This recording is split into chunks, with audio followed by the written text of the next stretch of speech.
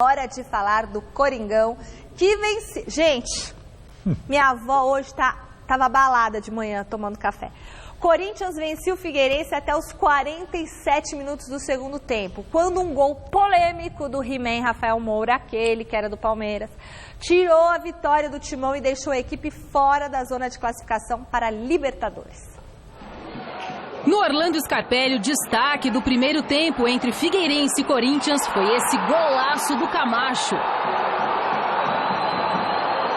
Na etapa final, depois de tanto insistir, os donos da casa arrancaram o empate através de Rafael Moura em posição duvidosa. Final, Figueirense 1, Corinthians também 1. Controlamos o jogo todo. O Figueirense não teve uma chance de gol. Chutou 3 bolas da intermediária em cima do Walter.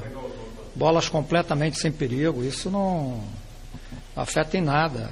Acho que a equipe foi certinha e sofreu um gol que, pelo que eu já soube, foi a repetição do impedimento, né? Mais uma vez. Então isso é que a gente tem que lamentar, essa repetição em cima de uma situação, num momento decisivo. Isso não poderia mais acontecer, né? Mestre Alberto Lena Júnior, tenho o maior respeito pelo Oswaldo. Aliás, tenho respeito por qualquer pessoa que eu me proponho a falar sobre aqui no programa, obviamente. Mas tem algo errado. Eu acho que ele está se especializando em desculpas, sabe? Contra o São Paulo, o pênalti desestabilizou uma equipe aí que toma de 4. Quer dizer, dava tempo de reverter. Contra o Figueirense, é verdade, o Figueirense não produziu muita coisa não, mas porque é um time limitado. E o Corinthians também não produziu. Fez um gol no primeiro tempo, um belo gol do Camacho, teve uma bola no segundo tempo do Giovanni Augusto, acertou a trave, mas foi horrível o jogo. O Figueirense luta para não cair, o Corinthians ainda sonha com o Libertadores América, mas foi um jogo típico de segundona, um jogo típico de Série B, pela falta de qualidade dos dois times. Qualidade eu me refiro ao jogo. Os jogadores que o Corinthians tem são de qualidade, mas praticamente todos estão numa fase péssima, uma fase ruim. Sabe, o futebol que o Corinthians apresentou ontem é digno de rebaixamento. E aí, eu acho seria muito mais conveniente assumir que não jogou bem do que pagar mico, sabe? Falar, não, nós jogamos bem, o Figueirense não produziu, e aí fomos punidos pela arbitragem. Eu acho até que a arbitragem errou, mas isso não apaga a feiura do futebol apresentado pelo Corinthians, e é um futebol que vem se mantendo assim já há um bom tempo. Acho que a última partida boa do Corinthians foi aquele empate com o Flamengo. De lá para cá, só coisa ruim. Tá muito feio o futebol.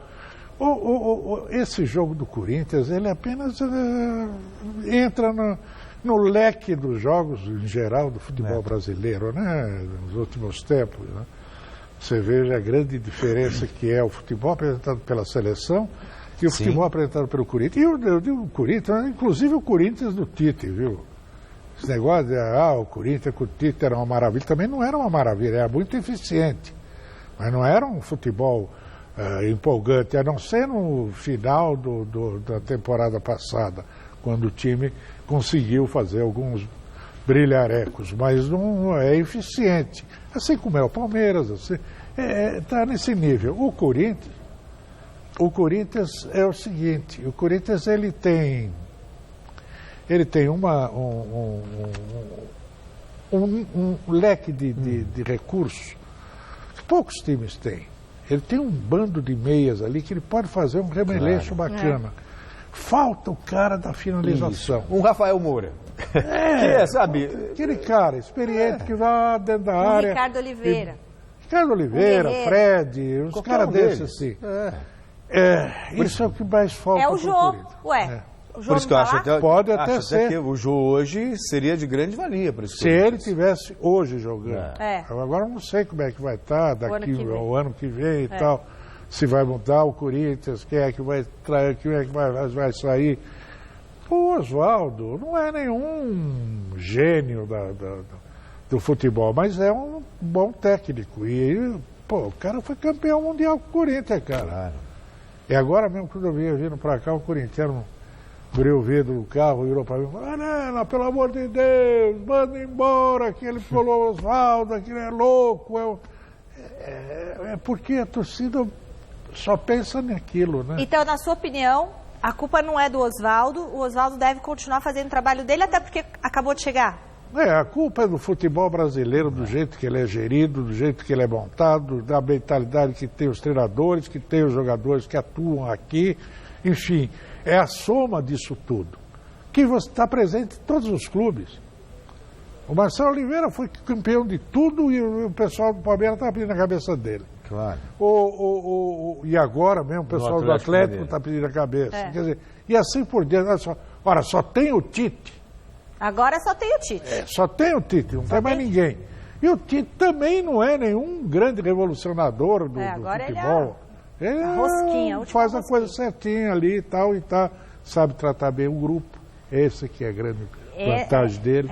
Sabe extrair o máximo de cada jogador. Ele sabe como manter aquele equilíbrio emocional dos jogadores, dando chance para o cara, para o outro no momento certo e tal. Ele é muito esperto, muito inteligente nesse aspecto. Mas os outros também sabem fazer isso. Alguns deles, outros não sabem, outros metem os pés pela mão. Mas não é o Osvaldo culpado. O Osvaldo é mais um que está nesse bolo geral. Celso, Osvaldo.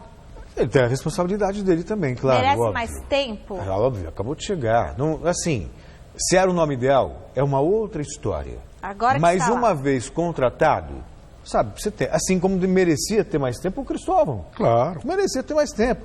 Eu parto do pressuposto seguinte: quando o Corinthians manteve uma filosofia, eram técnicos que tinham características semelhantes. Tite, Mano, Tite, Mano, Tite. Tá. Quando começa a inventar, e aí começa a mudar técnico toda hora, não resolve. Não resolve. O Tite deu uma sorte porque poderia ter sido mandado embora também quando foi eliminado pelo Tolima. Não, e mais, Aí o Andrés bancou. depois desse período, com o Corinthians melhorando na mão dele, mas depois teve uma outra fase chamada empatite, que o Corinthians não ia, era empate, já, sabe? Vamos parar com essas consagrações e essas pichações. E por isso... Qual que é a responsabilidade do Osvaldo, Celso? Calma, peraí, deixa eu só falar uma outra coisa. Fala. Que vai ao encontro do que o senhor Alberto está falando. E aí os técnicos ficam com medo.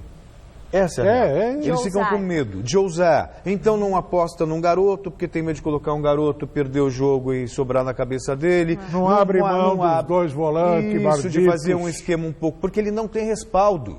Se ele inventar para jogar bonito e perder, é a cabeça dele que está. Nenhum dirigente vai bancar, nenhum dirigente vai, sabe? Você falou que o Osvaldo também tem responsabilidade. O que você acha que ele está fazendo que não está muito legal? Não, por exemplo, ontem o time, achei que recuou demais no segundo tempo, poderia buscar resultado, sabe, um pouco mais para frente. Isso tem a ver com o técnico também cobrando os seus jogadores. Beleza.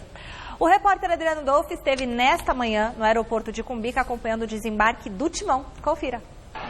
O primeiro gol com a camisa do Corinthians. Tinha tudo para ser uma noite especial e feliz para Camacho. Uma felicidade, assim, vou guardar para minha vida toda. Foi um belo gol, mas ficou com gostinho de derrota ali no final, né? O Camacho tem que dividir a responsabilidade entre vocês pelas atuações ruins, mas também separar essa questão dos erros de arbitragem? Com certeza, a responsabilidade foi nossa. A gente poderia ter feito um jogo melhor no segundo tempo, a gente jogou bem no primeiro. E acabamos levando um empate, mas depois que reclamaram da gente, falaram que a gente só era beneficiado, só tá um erro atrás do outro, então tem que ser falado também. No desembarque na manhã desta quinta-feira, aqui em Guarulhos, o protesto solitário de um torcedor, especialmente em relação ao Osvaldo de Oliveira. O treinador venceu apenas um jogo de 6 partidas disputadas. Bota o time pra correr, doutor Osvaldo. Vamos correr, meu. Vamos correr, meu. O Osvaldo, com apenas uma vitória já em 6 jogos, você acha que começa a ficar pesado para ele? Um time como o Corinthians, a cobrança é grande, né? Mas como você falou, não é o único culpado. Tá todo mundo no mesmo barco e vamos tentar dar a volta por cima nesses 3 jogos e conseguir a classificação. A solução para a crise será vencer o Internacional na próxima segunda-feira em Itaquera. Não, com certeza, a gente está a 1 ponto do G6, então são 9 pontos para ser disputado e 2 em casa. Então a gente tem que fazer os 6 pontos, tem que fazer nosso dever de casa. O Inter vai vir desesperado pelo rebaixamento e depois é um confronto direto. Então acho que a gente está vivo na competição, tem que recolher os cacos aí de ontem e ir para frente. Tudo bem, foi só um torcedor que foi lá xingar, mas ainda assim eu fico impressionado com essa capacidade de mobilização do futebol. Imagina se cada deputado, cada senador envolvido em delação premiada fosse recebido dessa maneira por cidadãos brasileiros, né? Com vaia, com protesto. Acho que o Brasil seria uma Dinamarca. Agora, poxa vida, o Corinthians não joga, aí vai lá o cara para cobrar, o Oswaldo é isso, bota o time para correr, Poxa vida, lamenta que o time dele não está bem, fica um pouco mais triste, com a cabeça um pouco mais inchada, mas o mesmo comportamento que alguns torcedores tinham com o Cristóvão. E que vão ter com o próximo, quem é que vem? Eduardo Batista, ou sei quem? Vai ser a mesma coisa, não ganhou 2 ou 3 partidas, é burra. Você vê o Oswaldo, o cara é professor de educação física, formado, com uma larga margem de trabalho executado, inclusive no Corinthians. Foi campeão. Depois foi auxiliar técnico. É um cara formado em psicologia. É um técnico que está aí há muito tempo, ganhou um monte. Tem currículo. Claro que tem currículo. E títulos? Título, capacidade. Só campeão do mundo pelo Corinthians. Só. Basta, isso não basta. Foi campeão, 2002 lá, 2001. Agora há pouco tempo com o Botafogo, pegou o Botafogo numa draga desgraçada, não pagando ninguém, não tendo dinheiro, não tem nada, pegou a garotada lá, botou... No Santos ele fez um belo trabalho de promoção. Derrubaram ele lá, puxaram o tapete dele? E puxaram o tapete dele. Quer dizer, sabe, os caras precisam parar para pensar um pouquinho, não é assim, pega... isso é mais velho que andar a pé, né? Pegar um bode expiatório, um Cristo da vida. E não tem jeito. Se viesse o Guardiola e tropeçasse os 4 jogos, vai ser, mas não pode ter técnico estrangeiro. O cara é marketing, como disse o Luxemburgo disse que o Guardiola é marketing. Oh, meu Deus do céu.